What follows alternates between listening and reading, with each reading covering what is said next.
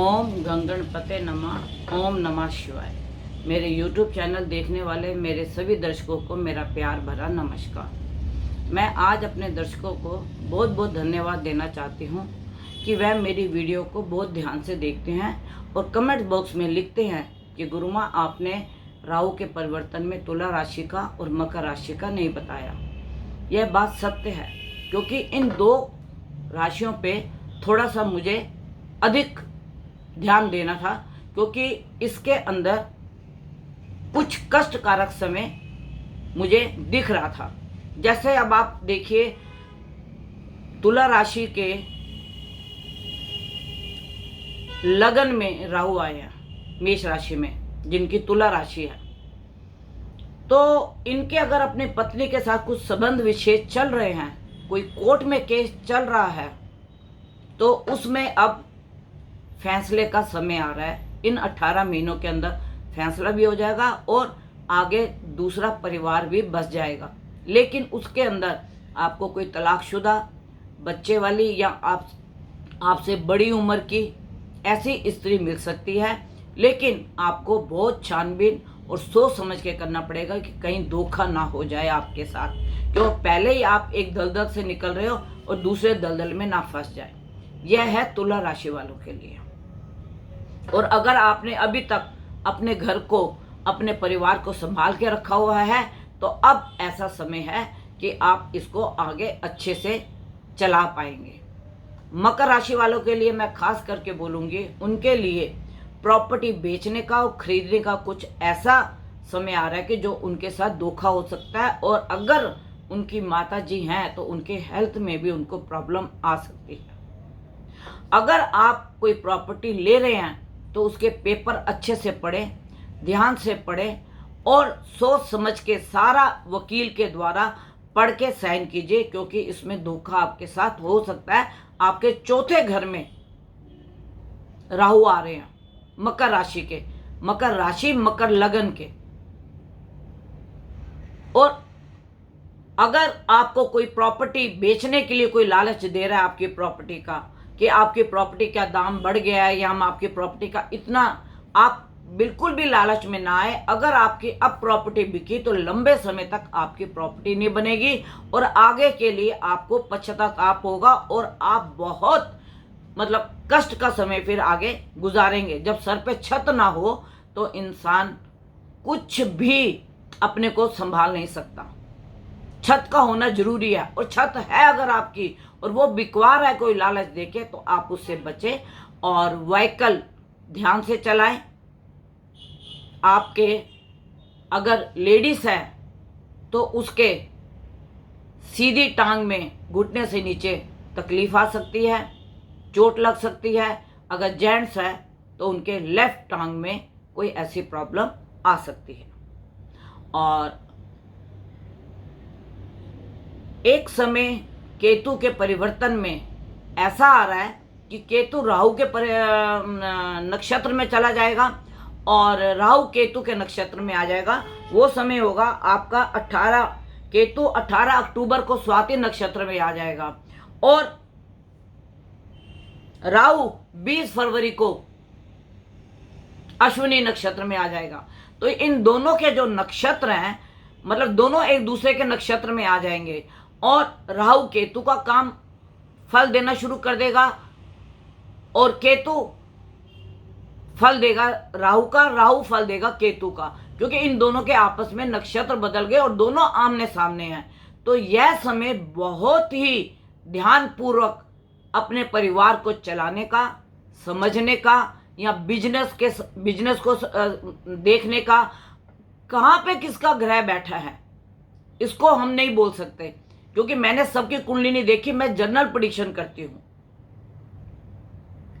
और जो मेरे व्यूअर्स हैं, अगर मैं उनकी प्रेडिक्शन करती हूं तो उनके ऊपर वह 100% लागू होता है। अगर आपका केतु 6, 8, 12 में, जन्म का 6, 8, 12 में है और अब गोचर से भी वो आ रहा है, तो यह आपके लिए थोड़ा कष्टकारक होगा। तो आप अपने आचार्य को दिखा के अपनी पत्री का अवलोकन करा सकते हैं।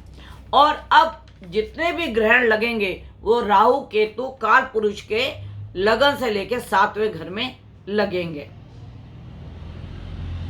केतु के साथ जब जब चंद्रमा आएगा तो ग्रहण का योग बनाएगा, और ग्रहण का मैं आपको पिछली वीडियो में बता चुकी हूं। ग्रहण के बारे में मैं आपको पिछली वीडियो में बता चुकी हूं, कब सूर्य ग्रहण लगेगा, कब चंद्र ग्रहण लगेगा, और इसके जो फल हैं वो मैं आपको अगली आने वाली वीडियो में बताऊंगी। आज मैं अब आपको मेष राशि के बारे में बता रही हूं। मेष राशि के 7वें घर में केतु विराजमान हो रहे हैं, जो भोग की राशि शुक्र की राशि है। लेकिन ये देखना पड़ेगा केतु मेष राशि वालों को कि उनका शुक्र कहां बैठा हुआ है। जहां उनका शुक्र बैठा हुआ है, केतु उस तरीके के फल उनको देगा, क्योंकि केतु जो है सिमेटने वाला ग्रह है, फैलने वाला ग्रह नहीं है। अगर आपकी शादी हुई है और आपके 7वें घर में केतु है या जन्म का ही केतु बैठा है, तो आप इस बात को नोट कर लें, वह कभी भी अपने पति से या पत्नी पति से और पति पत्नी से कभी बहस नहीं करते होंगे। जिप लॉक करके वे अपना जीवन निभा रहे होंगे, क्योंकि उनके ऊपर किसी शुभ ग्रह की दृष्टि पड़ रही होगी। क्योंकि केतु में बहस करने के साथ अलगाव की संभावना बहुत जल्दी आ जाती है, क्योंकि इसकी सोचने समझने की शक्ति या इसका सर नहीं है। जिस भी दर्शक की कुंडली में 7वें घर में केतु है, वह इस चीज का अवलोकन कर सकते हैं। अब मैं मेष राशि के बारे में बताऊंगी। मेष राशि में अगर केतु आपका आया है और उसमें कोई भी ग्रह नहीं है, तो आप ये देखिए, वह आपके 11वें, आपके पराक्रम और आपके लगन को देख रहा है। पहले तो आपके छोटे बहन भाइयों के साथ आपके संबंध विच्छेद हो सकते हैं। आप अपनी वाणी पे कंट्रोल करें, क्योंकि ये लगन को भी देख रहा है। सोचने समझने की शक्ति खत्म करके बहस में ये संबंधों को बिगाड़ सकता है।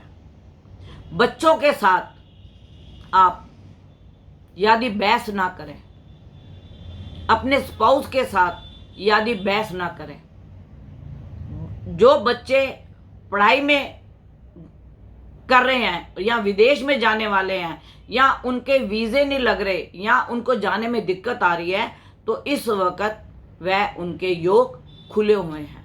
18 महीनों में वह जा भी सकते हैं, सेटल भी हो सकते हैं और अपनी पढ़ाई को भी आगे बढ़ा सकते हैं। यह है मेष राशि वालों के लिए। वृष राशि वालों के लिए, वृष राशि वालों के लिए यह उनके मतलब वृष राशि को अगर हम लेते हैं 2 नंबर की राशि, तो आप देखिए 7 नंबर में उनके 6ठे स्थान में यह योग बन रहा है। 6ठा स्थान छोटे मोक्ष का भी है, क्योंकि 12वें स्थान को देखता है। अगर शुभ ग्रह के साथ में है, बृहस्पति के साथ में है या बृहस्पति से युति है, तो यह व्यक्ति यदि पूजा पाठ, दान धर्म, कर्म में बहुत करेगा, क्योंकि सबसे पहले उसकी कर्म स्थान पे दृष्टि जा रही है।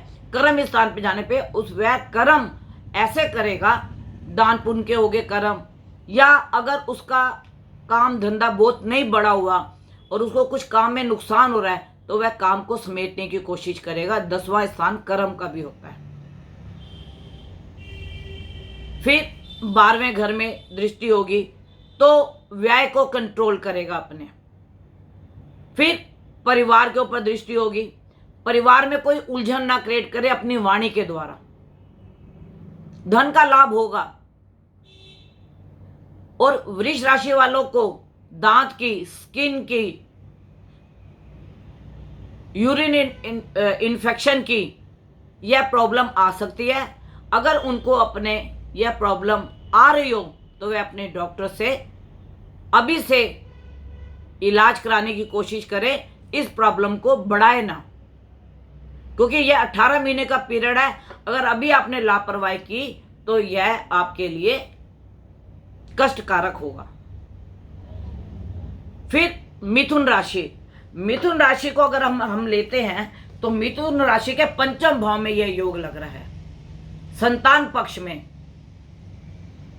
कार्य को बढ़ाने के लिए बुद्धि में टेंशन, भाग्य को बढ़ाने के लिए बुद्धि में टेंशन, धन कमाने के लिए बुद्धि में टेंशन, लगन, दिमागी परेशानी, किसी गलत अफेयर में फंसने के चांस, यह मिथुन राशि के पंचम भाव में आ रहा है। तो त्रिकोणी, लेकिन यह उस जिस भाव को देखेगा आपको टेंशन देगा, भाग्य को, एकादश को, लगन को।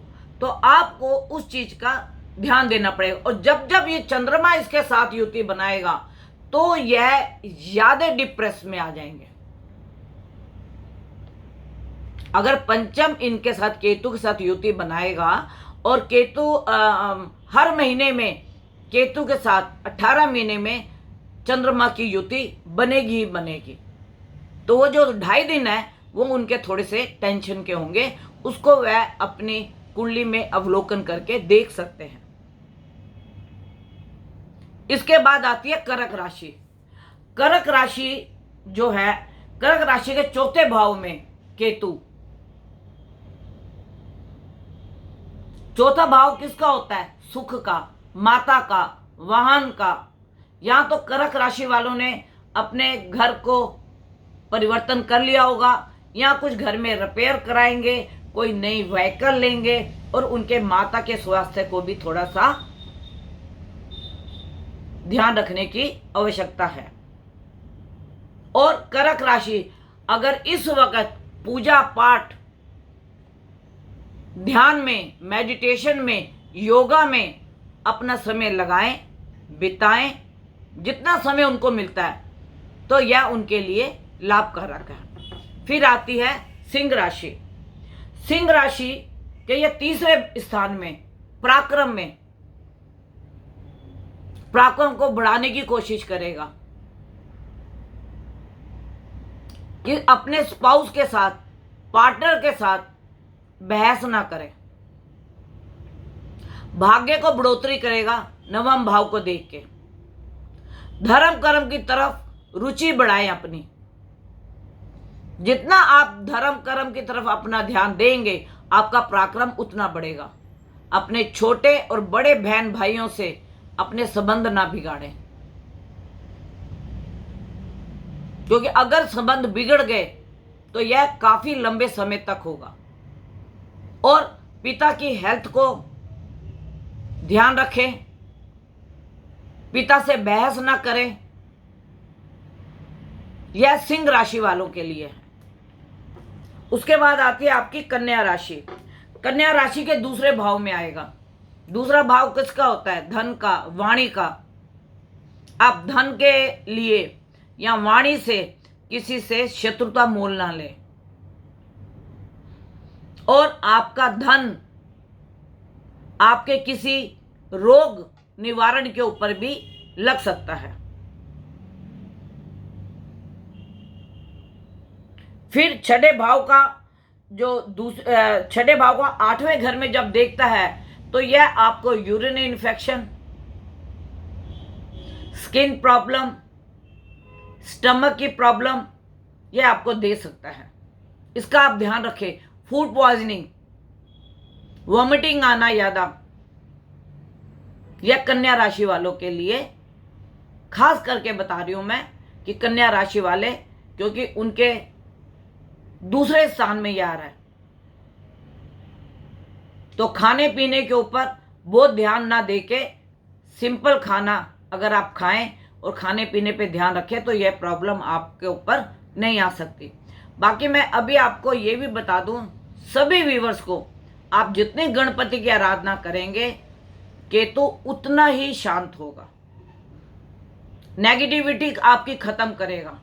और जिनका केतु अच्छे फल देने वाला है वह उनको उतने अच्छे फल देगा। आप गणपति जी की आराधना करें।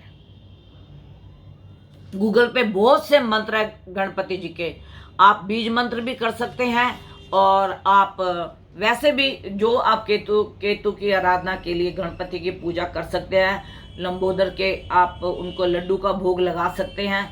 बुधवार को आप उनको दुर्वा से नहला सकते हैं। वैसे तो आप डेली नहलाएं तो बहुत अच्छी बात है, नहीं तो बुधवार के बुधवार तो आप अवश्य करें। फिर आ गया तुला राशि। तुला राशि के यह लगन में प्रवेश कर रहा है, 7वें घर में इनके राहु है।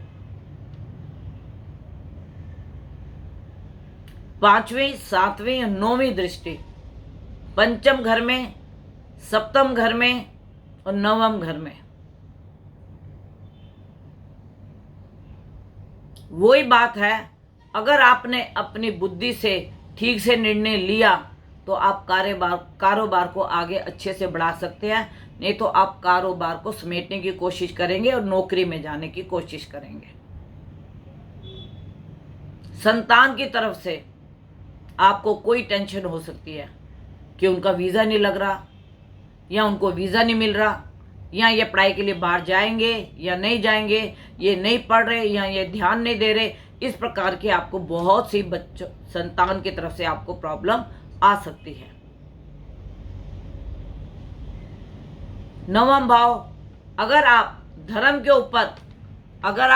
ऊपर ध्यान रखते हैं, आप धर्म के ऊपर जाते हैं, तो मैं आपको इस चीज की पक्की गारंटी देती हूं कि जितने भी ये दिखते हैं सब ये आपकी खत्म हो जाएंगे। इसके बाद आती है वृश्चिक राशि।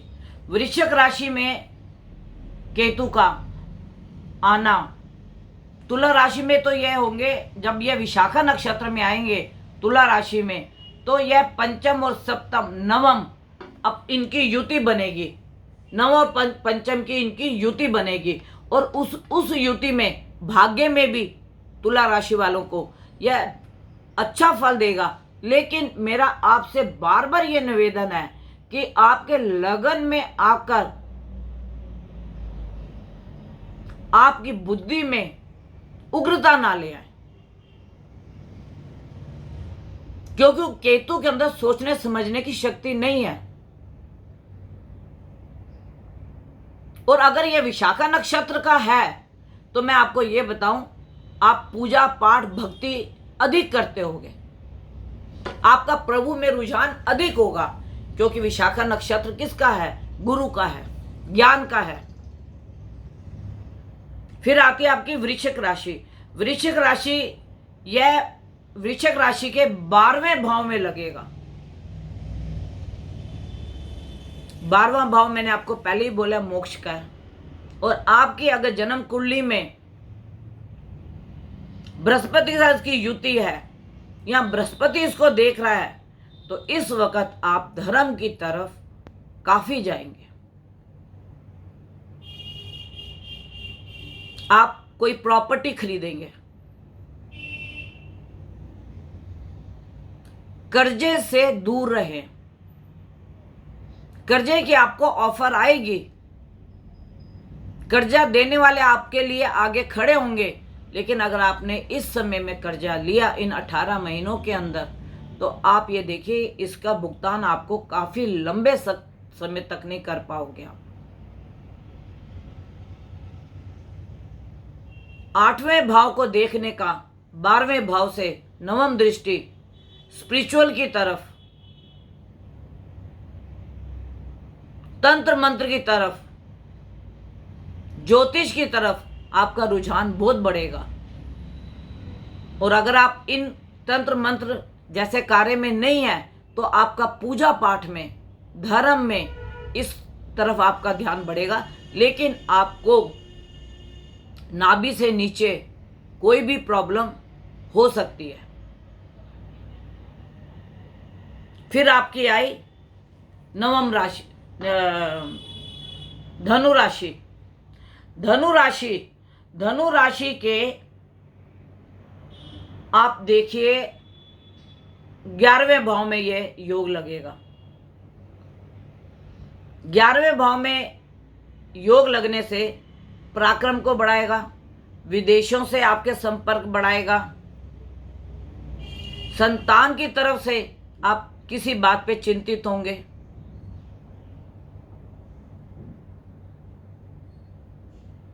और धनु राशि वालों के लिए खास मैं बोलूंगी, अगर आप शादीशुदा हैं तो कोई ऐसा रिलेशन ना बनाए जो आपके लिए आगे कष्टकारक हो जाए,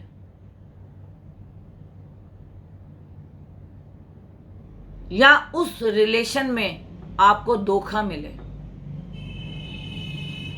क्योंकि उसकी नवम दृष्टि आपके सप्तम भाव पे भी पड़ रही है। कारोबार बढ़ाएंगे, धन की वृद्धि होगी, विदेशों से भी धन का आपका आना जाना होगा, आप कार्य कर सकते हैं, लेकिन जुए सट्टे से बचकर रहे। केतु जो है आपको जुए सट्टे में, सेंसेक्स में फंसा सकता है, आपको नुकसान दिला सकता है। आप अपनी कुंडली का अवलोकन अपने आचार्य से अवश्य कराएं और इन चीजों से बचकर रहें। फिर आती है मकर राशि। अब मकर राशि के ये 10वें घर में लगेगा। 10वां स्थान होता है कर्म का। आपको अपने कर्म क्षेत्र में अगर आप नौकरी कर रहे हैं तो नौकरी बदलने की कोशिश ना करें। अगर आप नौकरी कर रहे हैं तो नौकरी बदलने की कोशिश ना करें, क्योंकि अगर आपने नौकरी बदली तो दूसरी जगह आप सेट नहीं हो पाएंगे, आपका दिल नहीं लगेगा, या कुछ टाइम के बाद आपको बॉस वहां से निकाल देगा। दूसरा, मकर राशि वाले, उनके कुटुंब और धन और वाणी पे दृष्टि पड़ रही है, तो आप ये देखिए धन की वृद्धि करेगा। बोलने में, स्पीच में आप बहुत ध्यान रखें, किसी को कटु वचन ना बोलें। अगर हो सके तो अपने माता पिता, अपने बड़े बुजुर्ग, उनकी सेवा करें। दादा दादी, नाना नानी, चाचा चाची, ताए जो आपसे बड़े हैं एज में, आप उनकी सेवा करें, उनसे आशीर्वाद लें।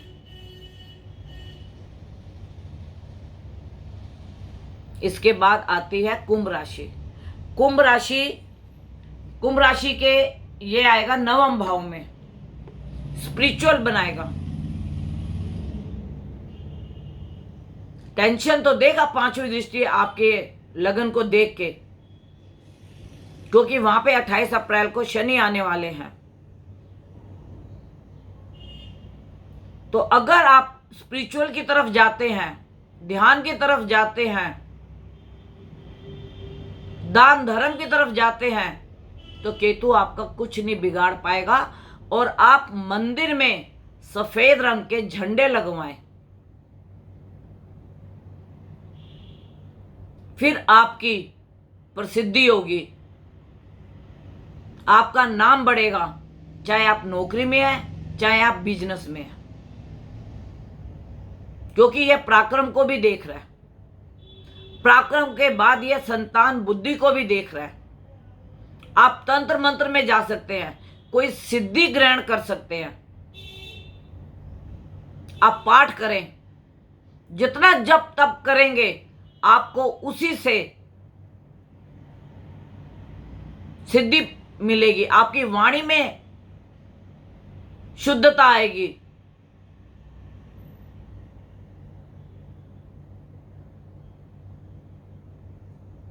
क्योंकि कुंभ राशि में शनि भी आ रहा है लगन में, दूसरे स्थान में बृहस्पति भी आ रहा है,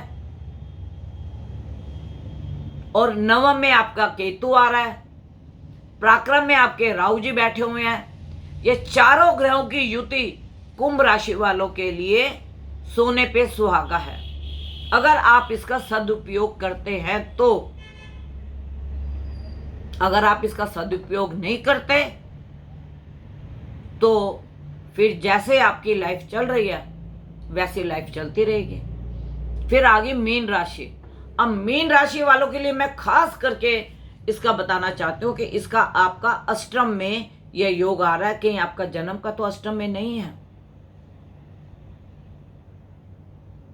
आपको इसमें मृत्यु तुल्य कष्ट आ सकता है अगर आपका जन्म का भी केतु है तो, और आपको केतु की दशा अंतर या प्रत्यंतर चल रहा है तो फूड पॉइजनिंग हो सकती है आपको खाने पीने में,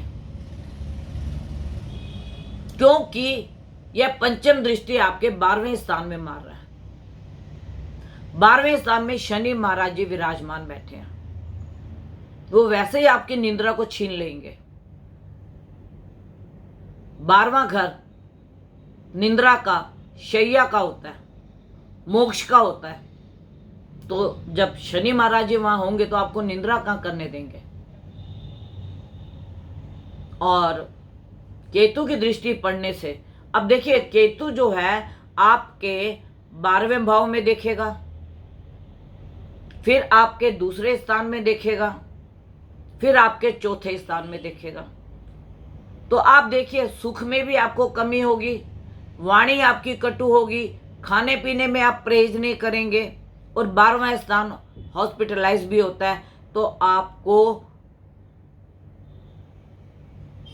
खर्चा हॉस्पिटल में करना पड़ेगा। अगर आप इससे बचना चाहते हैं, बड़े बुजुर्गों की आप सेवा कीजिए, बड़े बुजुर्गों का आदर कीजिए, दवाइयों का आप दान कीजिए। जिनका भी 6, 8, 12 में केतु का योग आ रहा है, रोग में आ रहा है, तो अगर वह दवाइयां लेके किसी संस्था को दे देते हैं तो इससे उनको बहुत लाभ होगा। उनके अपने ऊपर दवाइयों का खर्चा नहीं आएगा, वो अपने ऊपर दवाइयों से बचेंगे। फिर मीन राशि का एक पाप कर्तरी योग भी बन रहा है। उनके 12वें घर में शनि, लगन में बृहस्पति, फिर राहु महाराज जी दूसरे स्थान में। तो ये दिमाग से काम नहीं सोचने देगा आपको, क्योंकि पाप कर्तरी योग माइंड को बंद कर देता है। दोनों तरफ क्रूर ग्रह, एक तरफ शनि, एक तरफ राहु। शनि की दृष्टि राहु पे पड़ने से पारिवारिक संबंध बिगड़ सकते हैं। आप अपने बड़ों का अपमान कर सकते हैं। तो मीन राशि वाले खास करके ध्यान रखें, गणेश जी की आराधना करें, कहीं पे दवाइयों का दान करें, तो आप इन सब से छुटकारा पा सकते हैं।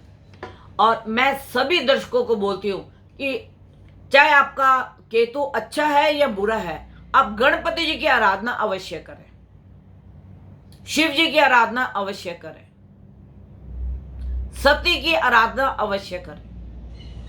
जितने भी राहु के प्रकोप होंगे या केतु के प्रकोप होंगे, जब जब इनकी मंगल से, सूर्य से युति होगी, तो आपके ऊपर इसके प्रभाव कम से कम पड़ेंगे।